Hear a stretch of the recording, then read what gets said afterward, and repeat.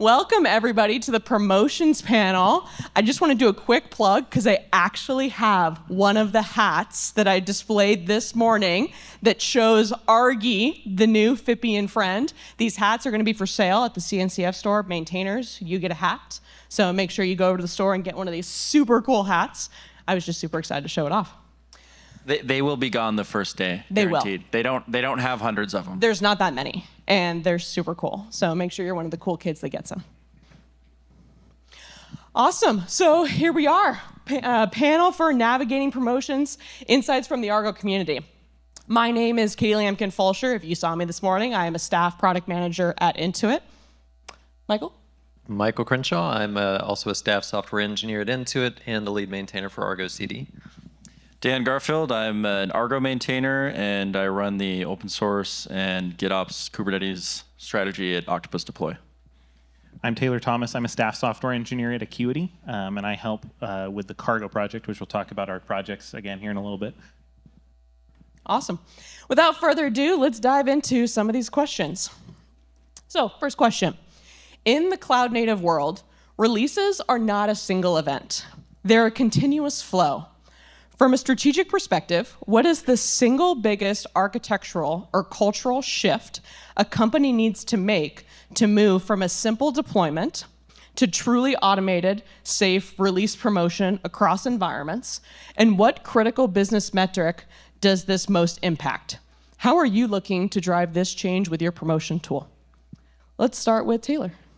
Yeah, so I love the two parts of this because it's not just technical and it's not just cultural. I think the biggest technical shift for people is understanding that they have to do the due diligence on their pipelines and how they actually set things up. You need to make sure things are actually automated, you're reducing minimal steps, or anything you do with promotions or anything like that's just not going to work. You have to have done that initial work to basically get Argo running or anything with your GitOps flow running.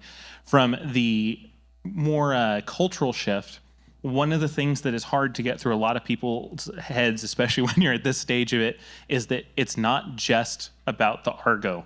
You have to think beyond that. Like if you boil it down, and this is not an insult to Argo or anything like that, but you need to think of it as it is a reconciliation loop that deploys manifests. That is at its core what it does.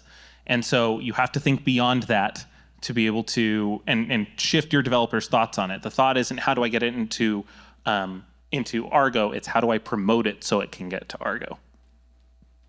Should he introduce the tool he's representing? Absolutely. As part of this? Oh yeah, that's good. I work on a tool called Kargo that we released from Qt. It's an open source tool, obviously a promotions tool. I mean, hopefully that's obvious at this point. So that's what I work on. Go ahead, Dan. So for this one, first of all, at Octopus Deploy, we're representing GitOps Promotions, GitOps Cloud, as well as Argo and Octopus, which is a way of similar to solving CD problems around GitOps and Argo CD. So the thing that I would adopt, first of all, when you go to adopt the idea of promotions and how you do these, first, I would say you have to start thinking at a policy level. We tend to, especially in this room, we tend to jump straight to technical problems, right? Oh, I need to run this test. Oh, I need to get this approval. I need to do this thing or that thing. But if you start from a policies perspective, you say production requires these things. Staging requires these things. This region requires these things. And if you start at the policy, the technical stuff actually flows much easier because instead of maybe hard writing rules about what should be deployed to this cluster, you start thinking, well, maybe I should just tag this cluster as prod. And now I'm using an application set and I'm targeting prod as a tag and I'm generating the things that will be applied. And so by thinking of policy first, it actually makes the technical implementation a lot easier and you adopt the best practices by default rather than having to go and re-engineer the thing in 6 months or 8 months or 12 months because you weren't thinking from a policy perspective. Michael? Broadly agree with those points. So I represent the GitOps Promoter project, which I talked a little bit about in the keynote. I think I'll take it backwards. Instead of architectural first and then cultural, from a cultural perspective and in terms of what the business impact needs to be, I think developer happiness is kind of an underrated metric. You know, we go to DORA, we go to how quick are we deploying, how long does it take to get a PR out the door. And I think that that's important, obviously, but really good DORA metrics can hide some kind of really negative experiences developers can face. So to me, the biggest architectural shift folks will need to make to improve environment promotions is just simplify, simplify, simplify. I think that we're all very busy building a lot of snowflakes and very special pipelines to handle very edge cases. And that's a lot of tech debt, that's a lot of complication that ends up frustrating our developers. And that's why GitOps Promoter is a very simple spec. It really leans into being a declarative system with some core opinions that lets the user stop worrying about the details. I think that a developer should see environment promotion as being just as simple as merging a pull request and doing a git sync. It should feel that intuitive and basic to them. Now, I think we're all aware of the technical challenges that we have introducing big architectural changes, but I think the tougher challenge is actually introducing the cultural shift. So what is, your best advice on introducing these cultural shifts, and how do you think people should go about that? Well, starting with champions, right? We always say start with champions. We talked earlier, Colin mentioned it during one of the keynotes. He said, everyone should go and get training. And I totally agree with that. But I also find that sometimes when you say, hey, everybody go get trained, kind of nobody does. Because it's like when somebody's on the ground, they're injured, someone call 911. Who's going to do it? Oh, no. It's if you designate somebody and you say, you call 911, they'll go and do it. And oftentimes I find if you're just like, look, you go do the training, you go do the certification, you're going to be the one that leads this.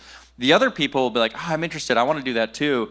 So I always like to start by identifying champions that are going to be the ones that are starting the best practices, and they can approach it first from a learning standpoint so that they're not jumping straight to the solution, which is the solution always looks like the thing that you built last time.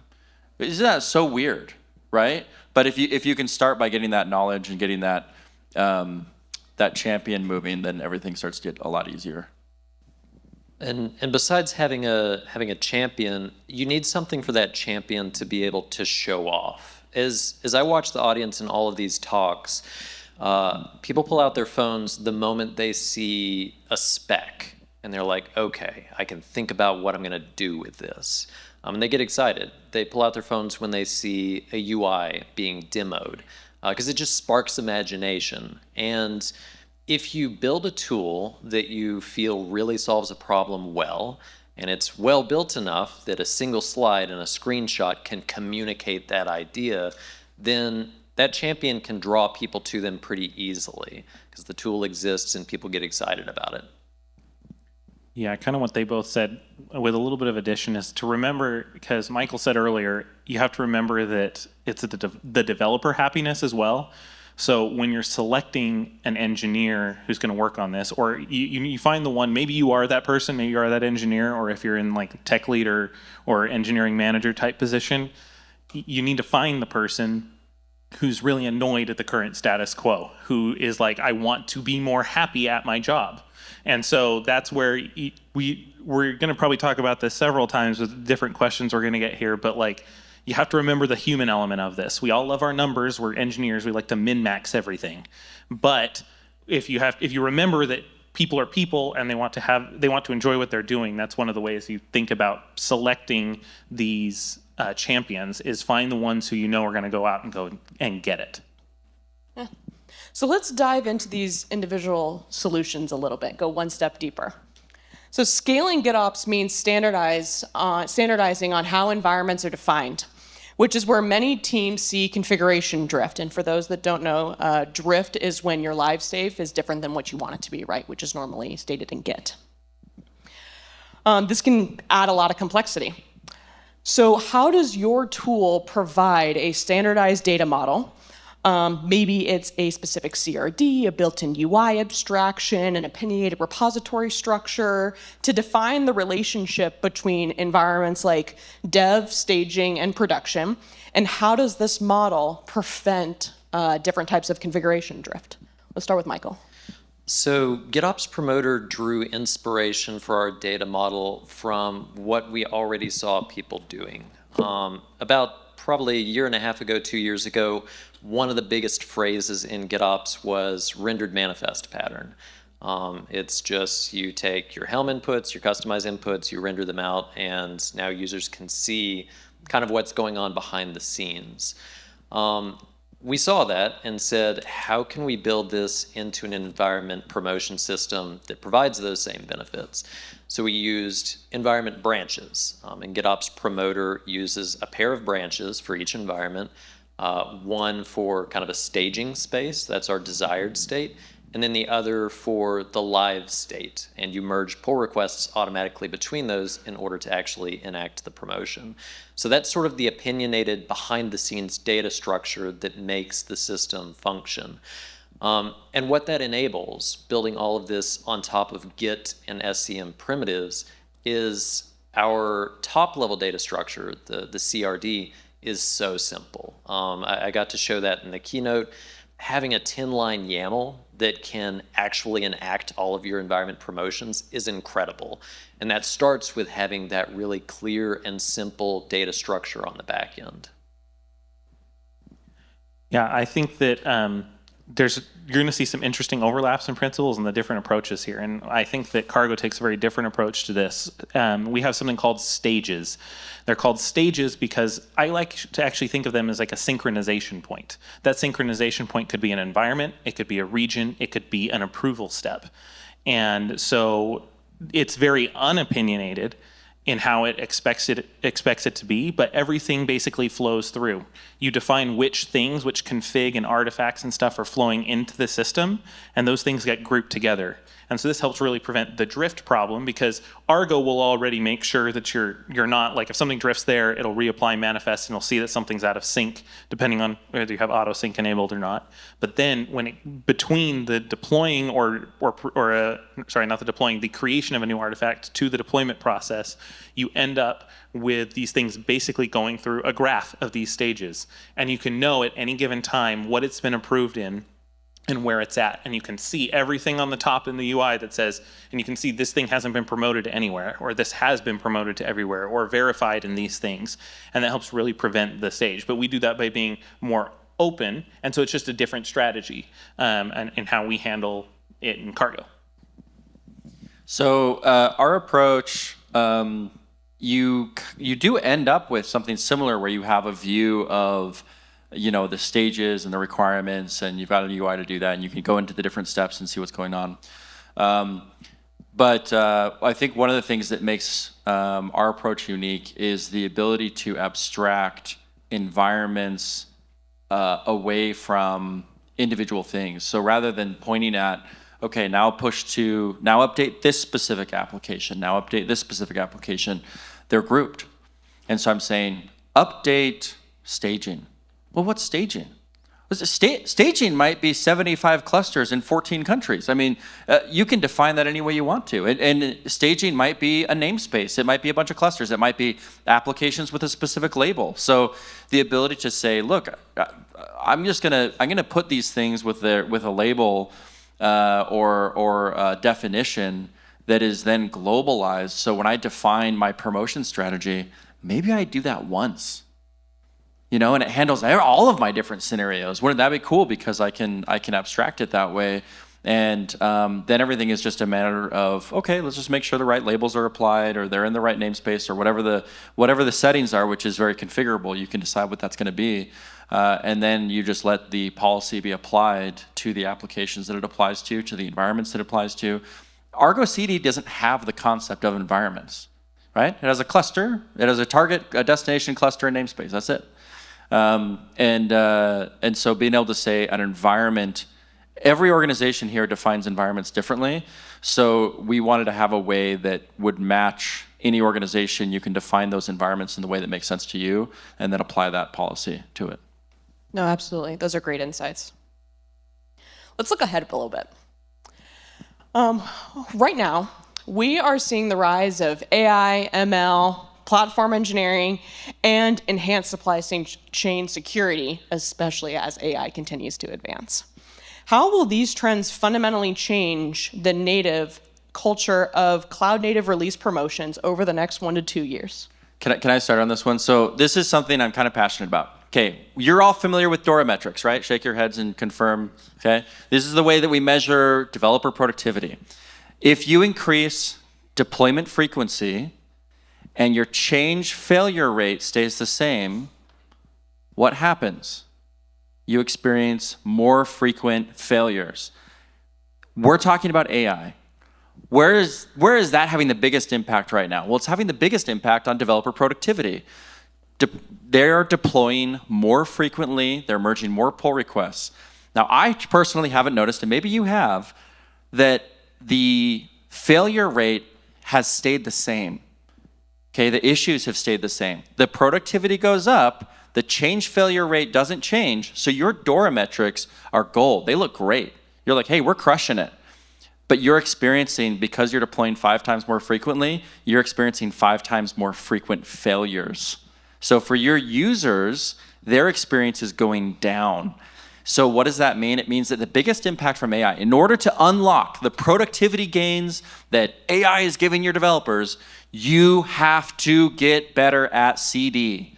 You have to get better at failure management. Because if you don't, the frequency of those failures will blow right through your service level objectives, and you're gonna have a bad experience for your users, and your DORA metric, and the crazy thing is your DORA metrics will look great the whole time, right? You're crushing it, but your user experience is in the toilet. So the biggest change that I see coming from AI is the demand on your CD to be so much better and more mature than it's ever needed to be before. The pressure is on. If you want to unlock those AI productivity gains, you have to lock in that CD pipeline.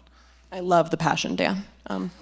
Can anyone reciprocate that passion? Mike, Yeah, I mean, I try to tone it down. I got a loud voice, so I try to not overdo it. But one of the things that I really think is important too is the power of AI to actually help you reduce those failures as well. We have a feature called Akuity Intelligence as part of our platform and is integrated into our deployment side, which is Argo, and our promotion side with Kargo. And it's something I really like talking about it because we all like to my joke is always like, who here has implemented their legally mandated AI feature at their company now, right? Like, it seems like to be the thing you have to do. What we created, I'm actually proud of. It wasn't just a hype feature that we put in, because I would say, I need to look at the hard numbers and find out, but based on my observations, it takes care of about 50% of our on-call stuff. And because we're following promotions, this is the other thing about the benefit of promotions, is you're hitting something before you hit prod, no matter how you have it set up. And so if AI can help you catch a bug in those environments that happen either from a verification failure or a live failure after it's been deployed, that really helps. And so what I see from that is, like, we're doing that internally. We're having our customers do that as well. And you can start to see it. And even this will obviously continue to improve as we all add more features and the models get more capable. But you even get this with the promotions themselves. You can ask, I have all of these things, this config repo, this image, this chart, and say, like, what am I deploying and what happened? And because it has access to Git and everything, you're able to see the history and help even prevent it possibly before it happens. So you have to remember to improve your processes, but AI can help with more than just generation. It can help with detection, and that's what we've found has been very useful. Gonna kind of piggyback on Dan's point about, as you increase the number of changes that are coming into your CD system, you increase load, which means not just like the code's gonna fail and your Argo rollout's gonna fail and you gotta roll back. That's one problem. The other problem is your CD system itself is gonna fail because it's software. And as you put additional load on it, it's gonna fail even more often. Not just a linear increase, but you know, if at Intuit we're spinning up more and more Jenkins pipelines, those pipelines run on something, and that's experiencing additional load. But at the end of what Dan said, he mentioned that you have to make sure your CD pipelines are very solid, very reliable. I would like to get to a point, and it's where we're hoping to go with the GitOps Promoter, where the word pipeline doesn't enter the conversation when it comes to CD and to environment promotion. Pipelines and workflows to me mean complexity. They mean bespoke, imperative actions. And GitOps Promoter tries to do away with that as much as possible and say it's all going to be declarative. It's going to be eventually consistent, constantly reconciled. So when those inevitable failures arise, the system is already pre-built to fix them, automatically fix them and overcome them. So we can take that additional load that's coming from AI-generated changes, and hopefully CD has become so boring and simple that it just always works and people don't have to think about it. Yeah, so some common themes here, right? Preventing failures, troubleshooting failures. What are your thoughts on AI automatically remediating some of these failures or bugs that happen in production? This is always the hot topic, you know, and you feel like you're walking into a minefield. But this is one of those things where I think if you apply these principles, where if you have a solid CD, if you're starting to think less about pipelines, and you're really maturing that process, this becomes a little bit less scary, because you can start to get to the point where you say, first with a human in the loop. And I think that's going to stay that way for probably several years, I would think, but maybe not. And you get a human in the loop. But wouldn't it be nice if something's monitoring, sees the failure, and then you wake up in the morning to a PR that says, hey, this is probably 80%, but it's 80%. You only have to do 20%.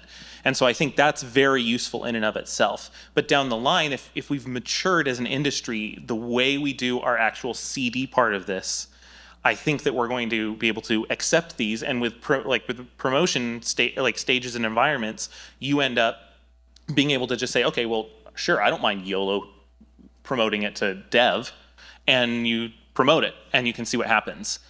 So I think there's patterns forward here, and it's something I'm really excited about, but I like that we can do it incrementally. We're not saying you all are going to lose all your jobs, and guess what, we have because AI is going to do, no.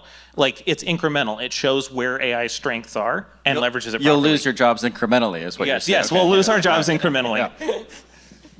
No, I totally agree with what you said about the incrementalism here. Not the necessarily job part, but there are all these companies out there talking about how they want agentic AI, and they don't even have agentic employees, right? If your employees can't go and do a remediation, you're going to make an automated system do it? It's kind of crazy. You have to get to that point with your staff first. But I think what you pointed out, and I agree with this 100%, is kind of first step is okay, there's an issue, and some agent has picked up on it. It's opened a PR with an expectation of how this would be fixed. And if I get an alert, and the alert's by the way, here's the PR to fix it, it's oh, okay, let me start there. Because if I can click approve and merge this and everything is fixed in the next 30 seconds, boy, that sounds nice. And then I don't even have to get as deep into it. And 90% of failures are fixed with just, reverting the last thing you deployed, right? So those end up being really good use cases for AI, whether it's agentic yet or not. I think to take the best advantage possible of AI in remediation, we need to get to a point where we can let the AI remediate changes instead of remediating deployments. Because if a deployment fails at Intuit because something in our API has gone wrong, the AI can monitor that and it can explain to the user, you changed an algorithm and now it's much slower. So the API is slower, so it failed to roll out. That's a good type of AI remediation. Having the AI explain to me the 10,000 lines of logs involved in the environment promotion pipeline and how it's going to reverse each of those, that's where we don't want to be. So if the change is as simple as a PR is merged, then the remediation can be as simple as, here's what went wrong, we're going to revert the PR. And I think that's hopefully where our tool can get you. That's even something that, from a performance standpoint, there's so much, I don't think most people realize how much goes into that from just a Kubernetes architectural standpoint. If you don't support eventual consistency, getting to the point where you just say, oh, I'm going to revert a commit, actually it's going to be 20, 100 times, 1,000 times more difficult. So there's a lot of Kubernetes primitives here that people need to adopt to even be able to take advantage of this stuff. But that is where you want to get to. There's just 90% of people probably aren't quite there yet. Yeah, no, absolutely. And in order to help us get there, we need to measure ourselves. So what feedback loops or leading indicators best tell you that your release promotion strategy is actually improving developer velocity and reliability? Okay, we all said Dora. We all are going to agree that Dora is great. Dora.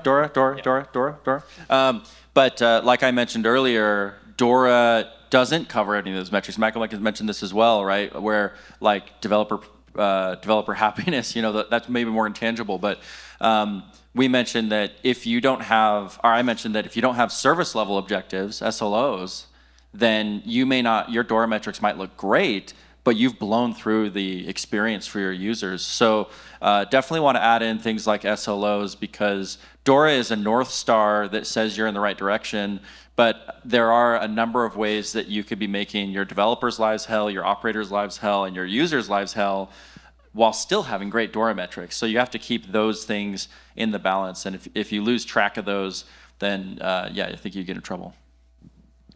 Yeah, I mean, I'm just going to reiterate something I said earlier, is just think about the developer too. You have your customer happiness, your developer happiness, and those are the soft metrics that are a little bit harder. I mean, yeah, you can try to do like net promoter score. We all love those. But like the thing is you can generally tell.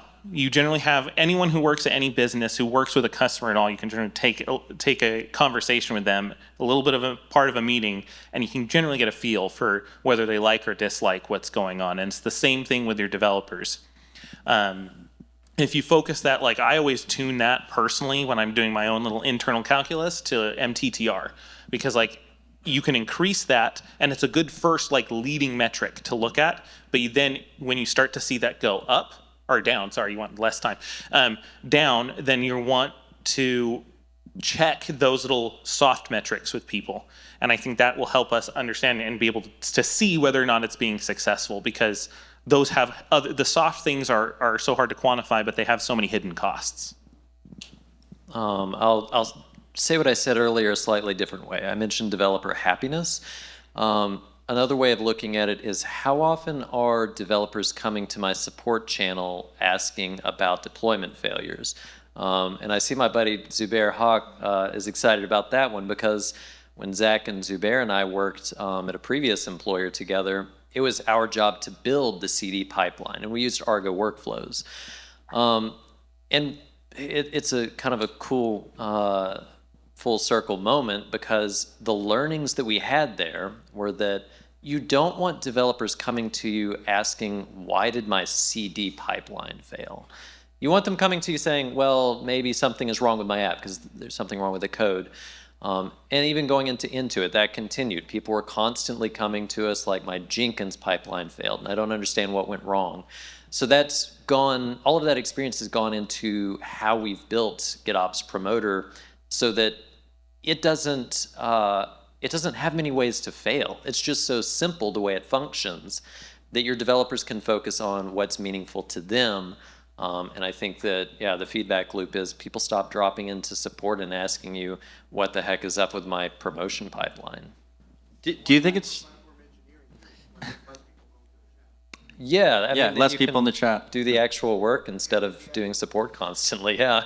I was going to say, do you think it's funny that none of us mentioned cost?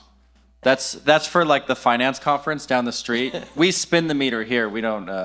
No, but that's probably another one to keep in mind that we don't often think of as being impacted by GitOps.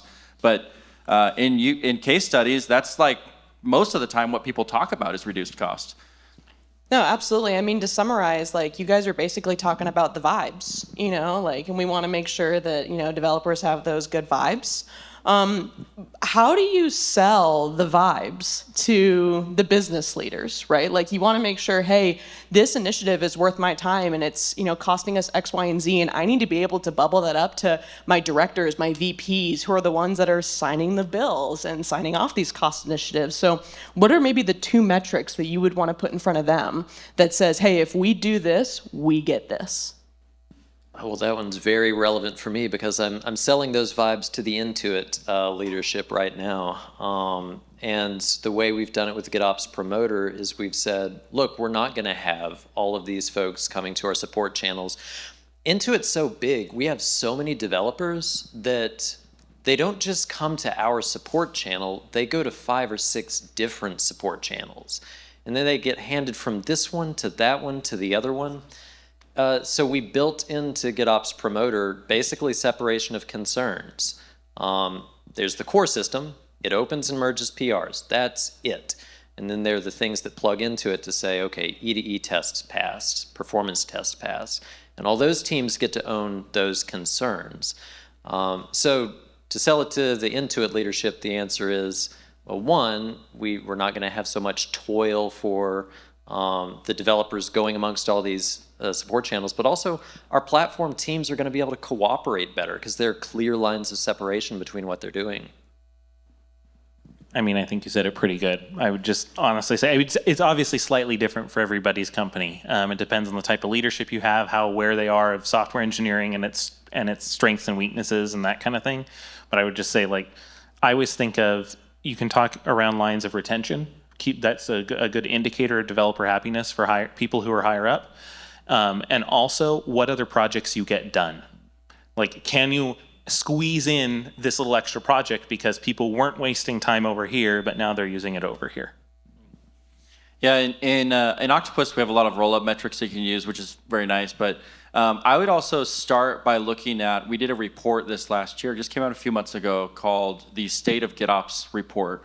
And we surveyed hundreds of companies. And we found that the more that people adopted a GitOps pattern in their deployment, it was directly correlated with improvements in their DORA metrics. And in fact, their adherence to GitOps as a set of principles was more predictive of high levels of extremely, top 1% of DORA metrics, advanced good DORA metrics. That it was more associated with that than any other factor that we looked at from a tool or practice perspective. So if you can stick that in front of an executive, they should get it immediately that this stuff is worth investing in. No, absolutely. I think all the metrics you guys mentioned were extremely powerful. All right, don't be sad, everybody. It's our final question. And I know, it's okay. Okay, so for our final thought, I'd like a 2-part answer in 60 seconds, and I'm timing each of you. So first, what is the single most disruptive advancement that you're working on right now for your respective solutions that changed the way that we think about release promotions? Second, if a user is currently struggling, what is the most critical piece of advice that you can give them about their custom promotion scripts so they can start on their journey to a dedicated solution? Let's start with Michael, and we can go down the line. Oh, most disruptive advancement, I think it's just the declarative API of GitOps Promoter. Like 10 lines of YAML and you have a fully functioning environment promotion system. It's hard to beat that simplicity. And it's possible that that's going to place some constraints on developers. The more simple you get, the more sort of you have to follow certain patterns. But that was true of GitOps, and we've heard from Dan, produces massive outcomes for developer productivity. So for a critical piece of advice, stop hacking. Stop writing custom scripts to do that last little piece that's involved in your environment promotion system. Reassess and try to find ways to simplify. That's significant upfront cost, but man, oh man, it pays off long term, big time. Yeah, I'll piggyback off that one too, because the stop hacking, gosh, how many of us have had to go and solve this by like building another Jenkins pipeline, right? And it's like, gosh, that's a painful way to live. And you're like, oh, I got 200,000 of these things I got to worry about. Stop hacking is absolutely, I agree with that advice 100%. I think our critical advantage of what we've done at Octopus Deploy is really in the completeness of the solution. So if I can do my GitOps deployments to manage thousands of Argo apps and different instances, but if I need to update Terraform, I can do that as another component that's part of that same release. If I need to update my AWS, fly some EC2 instances or get some S3 buckets, I can do that too, and I can add in these different components, and so I can handle the security concerns. I can do the policy stuff. I can check the boxes that my compliance team wants. And so I think that we're all I think all of us on the stage are thinking about GitOps from a declarative standpoint and handling those promotions in a declarative, promotable way. Certainly we're all thinking about AI and things like that. But for us, I think it's the completeness of the solution, the maturity of it, and just how battle tested it is. We've just been around the block for a long time, having people use this stuff, and so we've seen a lot of success there. Yeah, for me, there's 2 words. It's just beyond Kubernetes. That's where the innovation lies. Like, it's not that Kubernetes is a problem. It's like it's been around for 10 years. Okay, we're due for something else to be the next trend. And even if we aren't, like, there's many other tools that people use beyond Kubernetes. And so that's one of the big things that we've been focusing on, is that it supports all of those types of things. The principles of GitOps apply regardless of Kubernetes. That's my little passionate punch the air thing. Like, think beyond Kubernetes. And in terms of the one piece of advice, it kind of goes along here with the stop hacking. I would say pick a tool. All of us up here obviously have investment in our tool. We want you to pick our tool. I don't really care which tool you pick at this point. Just pick a tool, because we need to be working on this as a community. And the only way we do that is by having various solutions that let us continue to grow that and institutionalize that knowledge into these tools. And so we want to really evolve into that in the future. That's what I would say to keep in mind. Pick something, stop hacking. Awesome. Thank you so much, everybody. We hope you got a ton out of this panel. And please go to, again, each of the individual booths, talk to our maintainers here, and learn more about each of the respective solutions. Thanks. Thank you.